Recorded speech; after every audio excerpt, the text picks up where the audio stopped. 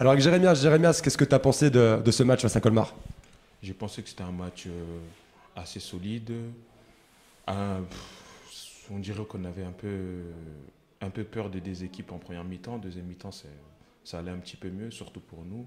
On a réussi à se créer deux occasions très très franches qu'on n'a pas su concrétiser, ce qui est dommage.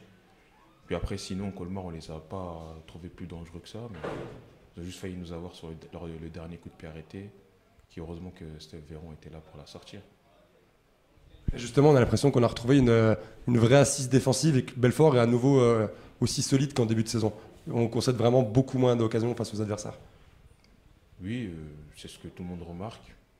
Aujourd'hui, défensivement, on n'a pas été inquiété, voire même pas du tout. Après, peut-être vite fait sur les coups de pied arrêtés, mais sinon, dans le jeu, nous n'avons pas été inquiétés.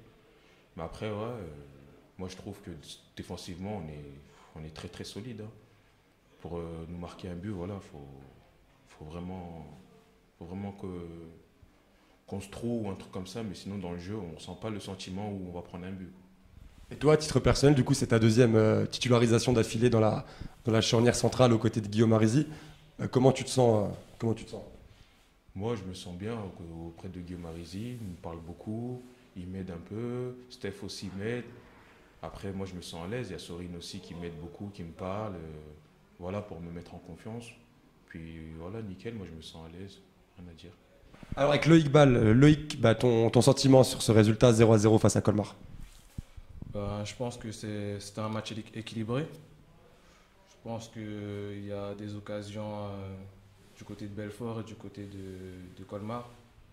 Je pense que le nul est équitable. Après une série un peu difficile là, depuis le début d'année où on avait un peu de mal à prendre des points, il y a eu un succès la semaine dernière à Épinal, il y a un bon point ce soir face à Colmar, ça va un peu mieux, non? Oui, c'est sûr que ça va un peu mieux. Mais bon, même si on aurait aimé gagner ce soir, ça a été très difficile. Mais voilà, on garde espoir. Et j'espère qu'on va faire un bon match la semaine prochaine contre les Herbiers. Alors justement, toi ce week-end, tu t'envoles pour rejoindre ta sélection internationale, la Guyane. Bah, justement, qu'est-ce que ça fait finalement de jouer pour le maillot, pour ces couleurs? C'est sûr que ça fait plaisir. Ça fait plaisir. En plus, je vais jouer devant ma famille, je vais jouer devant mes amis, je joue même avec mon frère. J'ai pas souvent eu l'occasion de jouer avec lui.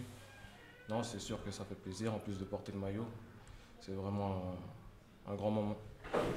Et du coup, c'est quoi le programme? Vous jouez contre qui? Et puis surtout, bah, tu reviens quand à Belfort?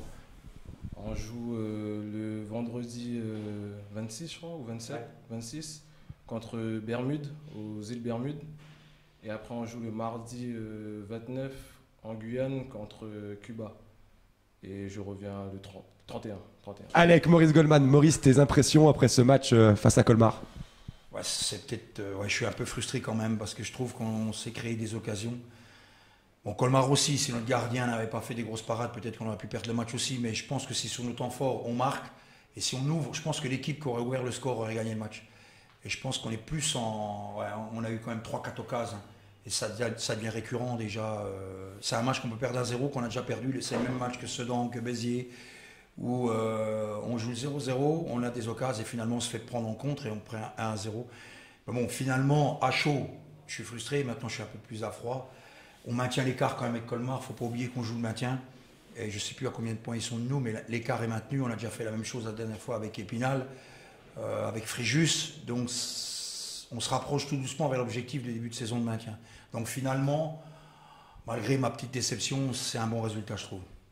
Surtout que la dernière fois qu'on s'était vu après Fréjus, tu nous avais dit que les deux matchs à venir, donc Épinal et Colmar, étaient charnières. Et finalement, Belfort s'en sort avec un nul et une victoire. Et donc maintient ce fameux écart. Ouais, surtout, oui, les résultats de ce soir, je crois que Fréjus perd encore. Épinal fait match nul, ou je ne sais plus. Finalement, c'est un bon résultat puisqu'on maintient l'écart. Et les autres n'ont pas gagné, ceux qui sont derrière nous. Donc finalement, pour le maintien, ça commence à sentir bon. Bien que mathématiquement, rien n'est fait, parce que je ne m'imaginais pas, on a quoi, 35 points. L'année dernière, à 35 points, les équipes étaient déjà maintenues. Et cette année, je ne sais pas combien il faudra avoir, au moins 40. Donc rien n'est fait encore. Et dans le petit du maintien, il y a un match important qui arrive, le match en retard la semaine prochaine face aux Herbiers. Comment tu l'abordes?